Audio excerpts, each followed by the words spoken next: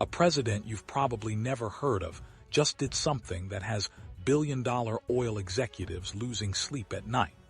And the reason Western media isn't telling you this story might be the most revealing part of all. His name is Irfaan Ali.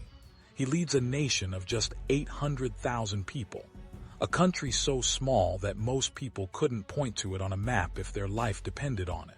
And yet this man has just declared war on the entire Western energy establishment. Not with weapons, not with sanctions, but with something far more dangerous to their profits: the truth. What I'm about to tell you will make you question everything you thought you knew about climate activism, environmental justice, and who really controls the global energy game. Because there's a secret war happening right now off the coast of South America, and the casualties aren't soldiers. They're contracts. Billion-dollar contracts that were supposed to keep one nation poor forever. This is the story of Guyana, and it starts with a discovery that changed everything. Imagine waking up one morning in one of the poorest countries on Earth. Your nation has struggled for decades. Poverty is everywhere. Opportunity is nowhere. Your children dream of leaving because staying means accepting a life of limitation. Then suddenly, almost overnight, geologists make an announcement that stops the world. Beneath your coastal waters lies approximately 11 billion barrels of oil. Not 30 billion as some claim, but 11 billion barrels of proven recoverable reserves. One of the largest oil discoveries of the 21st century. This happened to Guyana in 2015, and you'd think this would be cause for celebration, right? Finally, prosperity. Finally, hope. Finally, a chance to lift your people out of poverty. But here's what actually happened. And this is where the story gets dark. Within months, the biggest oil corporations on the planet descended on this tiny nation like vultures on fresh carrion. ExxonMobil, Hess Corporation, CNOOC. They arrived with their lawyers, their contracts, and their promises. Beautiful promises of partnership and prosperity. And they offered Guyana a deal. 2%. That's what ExxonMobil's original production sharing agreement offered Guyana in royalties. 2% of the value of their own oil. Let that sink in for a moment. Imagine finding gold in your backyard, and a corporation telling you they'll give you 2 cents for every dollar of gold they extract. And you should be grateful for it. But wait, it gets worse. The contract also included clauses that would make any lawyer's jaw drop. Guyana would bear the financial burden if oil prices dropped. Guyana would cover the costs of environmental cleanup. Guyana would provide tax exemptions. And somehow, this was framed as a generous opportunity for development. For context, countries like Norway negotiate royalty rates between 50 and 78% for their oil. The United Kingdom takes around 40%. Even other developing nations typically secure between 12 and 20%. But Guyana, 2% was supposed to be their golden ticket. Now here's where President Irfaan Ali enters the story. And here's where everything changes. Ali wasn't born into wealth. He wasn't groomed in Western universities to serve Western interests. He's an economist who understands numbers. He's a leader who understands history.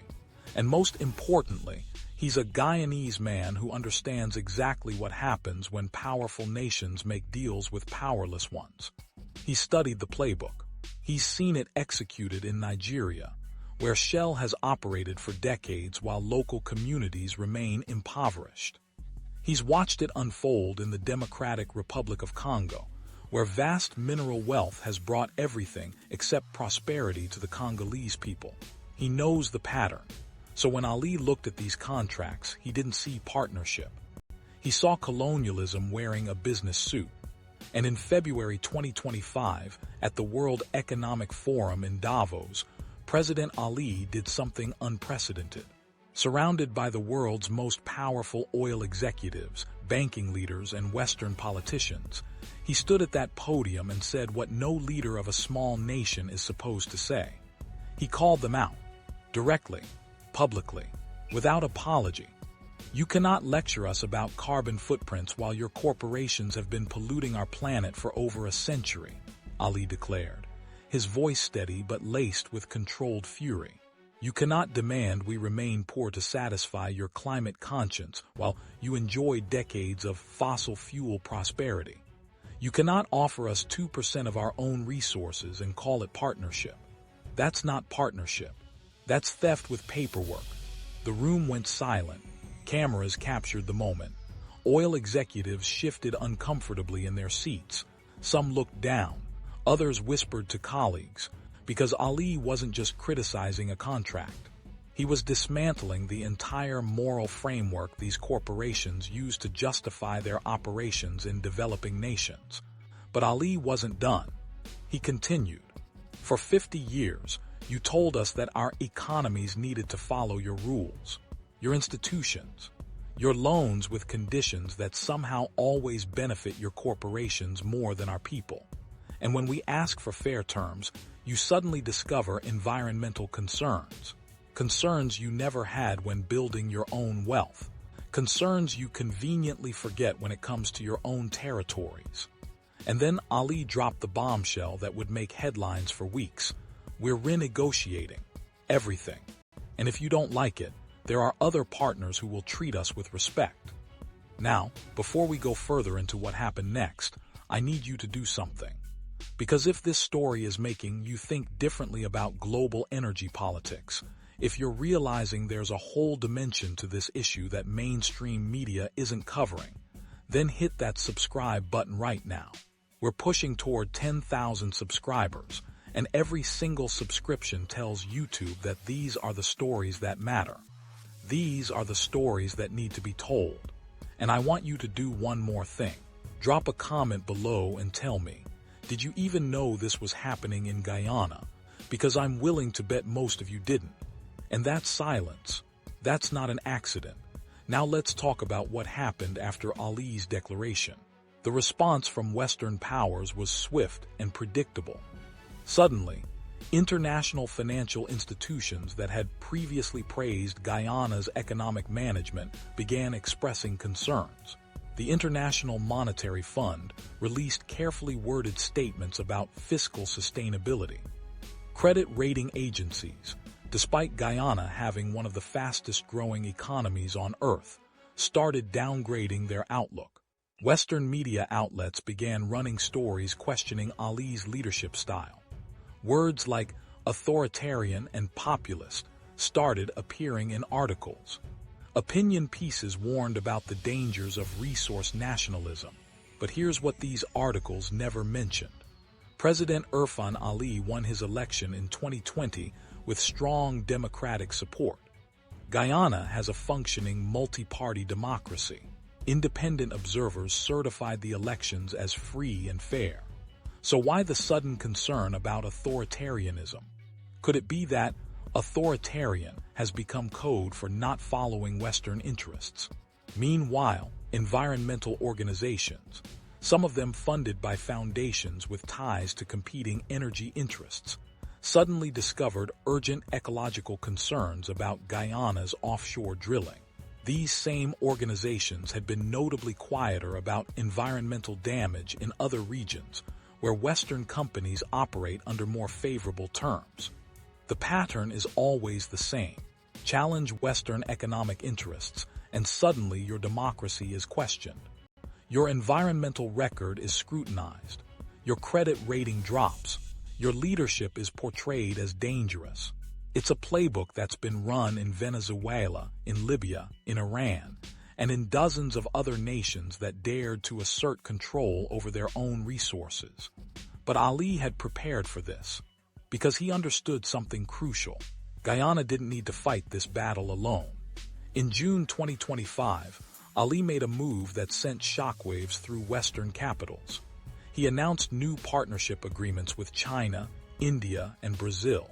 Not exclusive partnerships, not arrangements that locked out Western companies entirely, but deals that gave Guyana real leverage, real alternatives, real negotiating power. And suddenly, ExxonMobil came back to the table. Suddenly, renegotiation didn't seem so unreasonable. Suddenly, conversations about improved terms became possible. By August 2025, Guyana had successfully renegotiated key elements of its energy contracts. The royalty rate increased. Local content requirements were strengthened. Environmental protections with teeth were added. And most importantly, Guyana established the Natural Resource Fund, a sovereign wealth mechanism designed to ensure that oil revenues benefit current and future generations of Guyanese people. But the real genius of Ali's strategy wasn't just about better contracts. It was about changing the entire conversation around resource sovereignty. Let me explain what I mean. For decades, the narrative around oil in developing nations has been controlled by Western media, Western think tanks, and Western financial institutions. And that narrative goes something like this. Developing nations lack the expertise, the technology, and the governance structures to manage their own resources responsibly. Therefore, Western corporations must take the lead role, Western institutions must provide oversight, and Western terms must be accepted. It's for everyone's good. This narrative is so deeply embedded that even many people in developing nations have internalized it. It's presented as obvious, as natural, as the only way things can work. President Ali is systematically dismantling that narrative, not with ideology, with results. Under the renegotiated terms and the Natural Resource Fund structure, Guyana's economy has been growing at rates that economists called impossible just 5 years ago. In 2024, Guyana's GDP growth rate exceeded 26%, the fastest growing economy in the world. Poverty rates are declining. Healthcare access is expanding. Educational opportunities are increasing. And this isn't happening because Guyana rejected foreign investment. It's happening because Guyana demanded fair terms for that investment. The Natural Resource Fund operates with transparency mechanisms that many Western nations could learn from. Every deposit is publicly recorded. Withdrawals require parliamentary approval. Independent auditors review the accounts. And the allocation formula ensures that oil wealth doesn't just enrich a small elite, but actually reaches ordinary Guyanese citizens through infrastructure, education, and healthcare investments. This is the part of the story that terrifies Western oil executives, not because Guyana is keeping them out, but because Guyana is proving that another model is possible, a model where resource-rich developing nations can prosper without accepting exploitative terms, a model where environmental protection and economic development aren't treated as opposing forces, but as complementary goals. And other nations are watching, very carefully. In September 2025, Senegal's government cited Guyana's model while renegotiating agreements with foreign oil companies operating off the Senegalese coast. Ghana's opposition political parties campaigned on implementing what they called the Guyana Framework for the nation's oil resources. Mozambique demanded increased local ownership percentages in its gas projects, explicitly referencing the precedent Guyana had set. This is what Western think tanks mean when they warn about the dangers of Guyana's approach. Not danger to the Guyanese people. Danger to a system that has extracted trillions of dollars of wealth from the global south while leaving local populations impoverished. But the personal cost to President Ali has been enormous. And this is something that doesn't make it into the geopolitical analysis or the economic reports. In an exclusive interview conducted in September 2025, Ali spoke about the toll this battle has taken on him and his family. His voice, usually so measured and controlled in public speeches, cracked with emotion as he described receiving death threats, not just against him, against his wife, against his children. "My daughter is 9 years old," Ali said, struggling to maintain composure. She came home from school crying because children were repeating things their parents had heard on international news broadcasts, calling her father a dictator, a danger to stability. She asked me why people hate us for wanting Guyanese children to have good schools and hospitals. How do you explain that to a 9-year-old?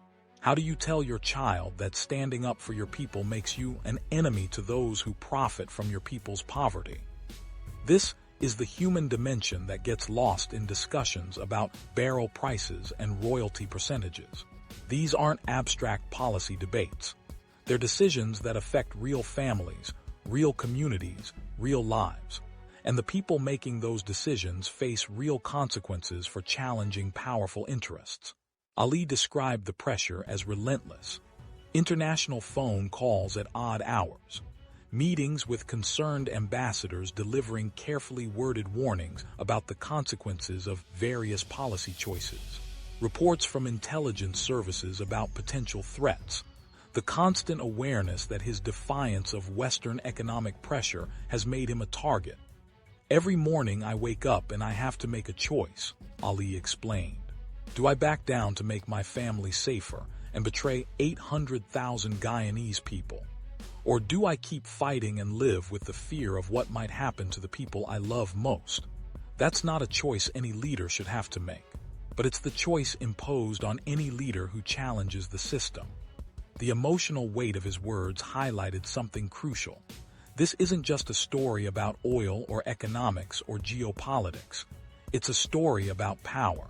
About who gets to decide the terms of global commerce, about whether small nations have any real sovereignty when powerful nations want something they possess. And it's a story about courage, the kind of courage that doesn't come from military might or economic leverage, the kind of courage that comes from deciding that dignity matters more than safety, that future generations deserve better than accepting crumbs from the tables of the powerful. Now let's talk about the environmental argument, because this is where the Western position falls completely apart. Western environmental groups and politicians have expressed concerns about Guyana's offshore oil development. They argue that in an era of climate crisis, developing new fossil fuel resources is irresponsible. They point to carbon emissions, ecosystem disruption, and the urgent need to transition to renewable energy. On the surface, these concerns sound reasonable, even noble, but President Ali has exposed the staggering hypocrisy at the heart of this argument. The United States has been extracting and burning fossil fuels for over 150 years. Britain powered its industrial revolution with coal, building an empire on carbon emissions. European nations developed their economies through decades of unrestricted fossil fuel use.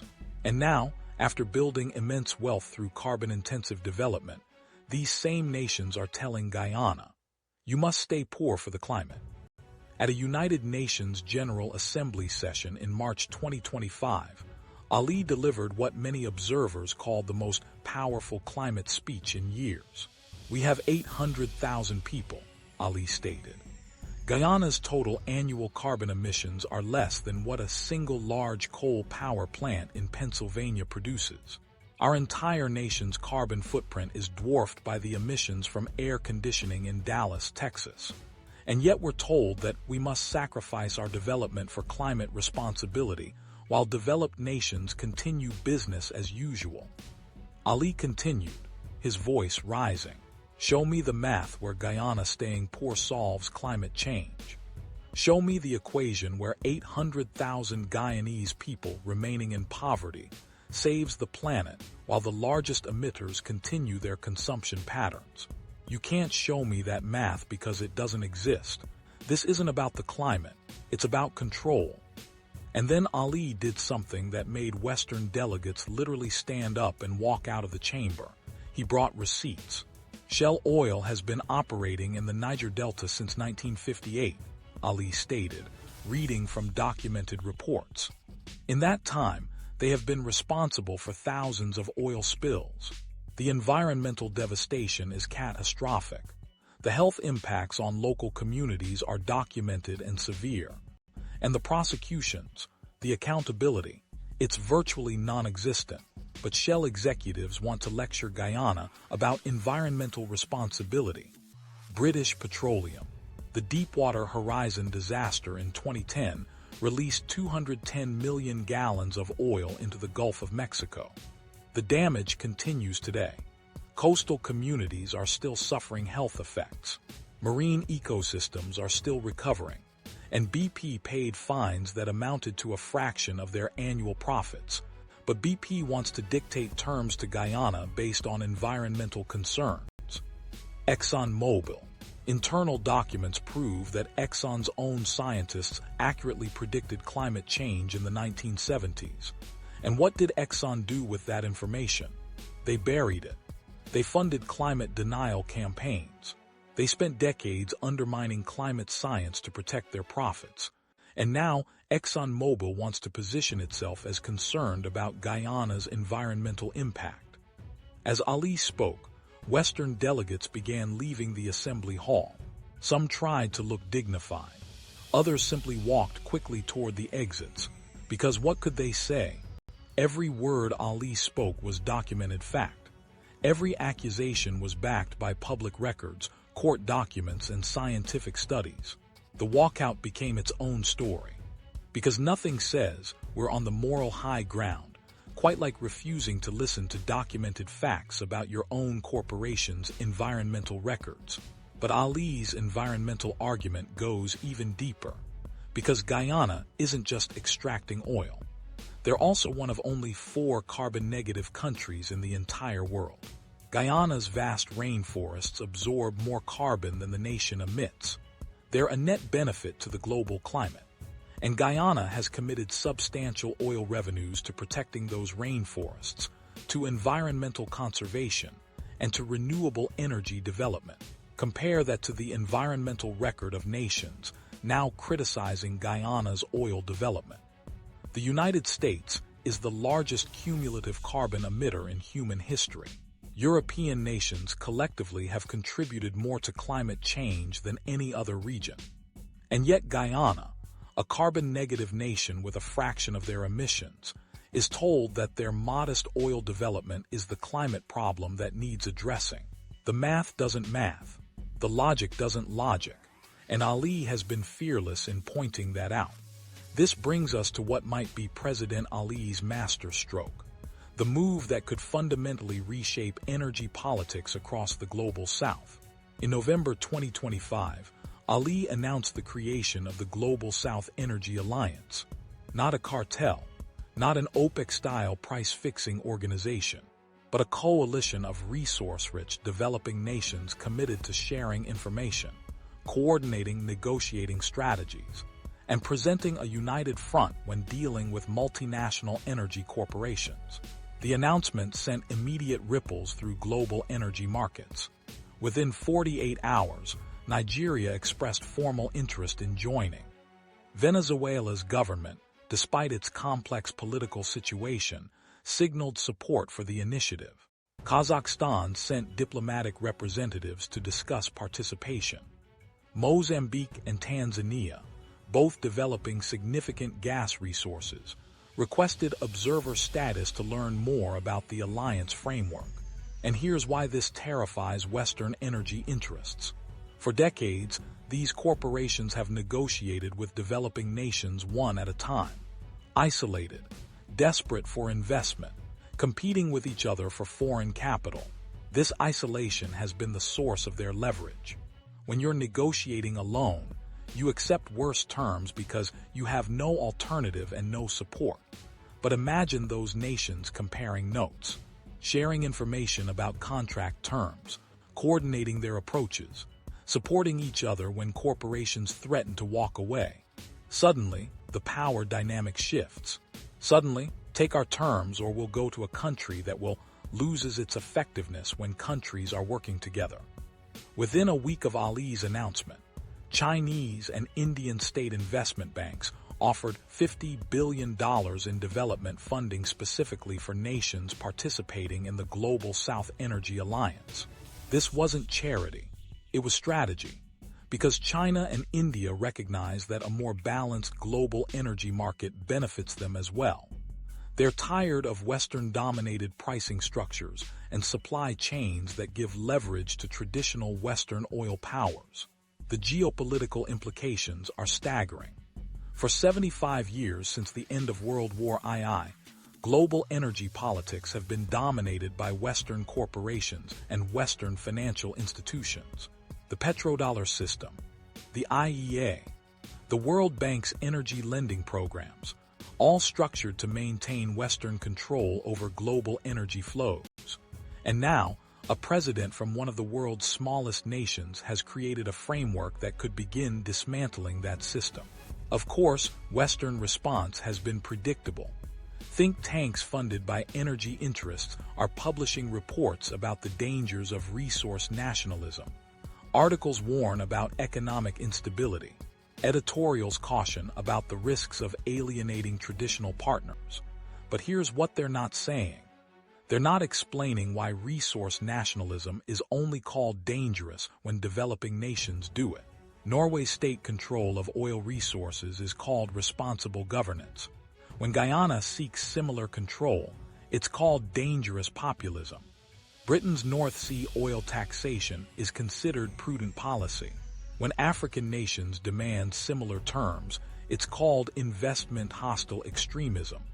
The double standard isn't even subtle anymore, and leaders across the global south are noticing. So what happens next? Where does this story go from here? Because we're watching history unfold in real time, and the ending hasn't been written yet. As of late 2025, President Ali remains defiant. Guyana's economy continues its remarkable growth. The Natural Resource Fund continues accumulating wealth for future generations. International pressure continues mounting, and the question that will define the next decade of global energy politics hangs in the balance. Can a small nation actually challenge the system and win? The forces arrayed against Ali are immense. Western intelligence agencies are certainly monitoring the situation. Economic pressure points are being identified and exploited. The usual tools of regime change are being sharpened and prepared. We've seen this movie before. In Iran in 1953, in Guatemala in 1954, in Chile in 1973, in Libya in 2011. The script is familiar. A leader challenges Western economic interests. Pressure mounts. The situation destabilizes. And eventually, one way or another, that leader is removed. But here's what's different this time. The information landscape has changed. Social media means that what happens in Guyana doesn't stay hidden. International solidarity networks form rapidly. And most importantly, there are now powerful non-Western partners willing and able to provide alternative support. China's Belt and Road Initiative, whatever you think of its broader implications, provides developing nations with financing options that don't come exclusively from Western-controlled institutions. India's growing economic power offers market access that reduces dependence on Western consumers. Regional organizations provide frameworks for collective action that didn't exist in previous eras. This doesn't guarantee Ali's success, but it means the odds aren't quite as stacked as they've been historically. It means that Guyana has options that similar nations lacked 20 or 30 or 50 years ago.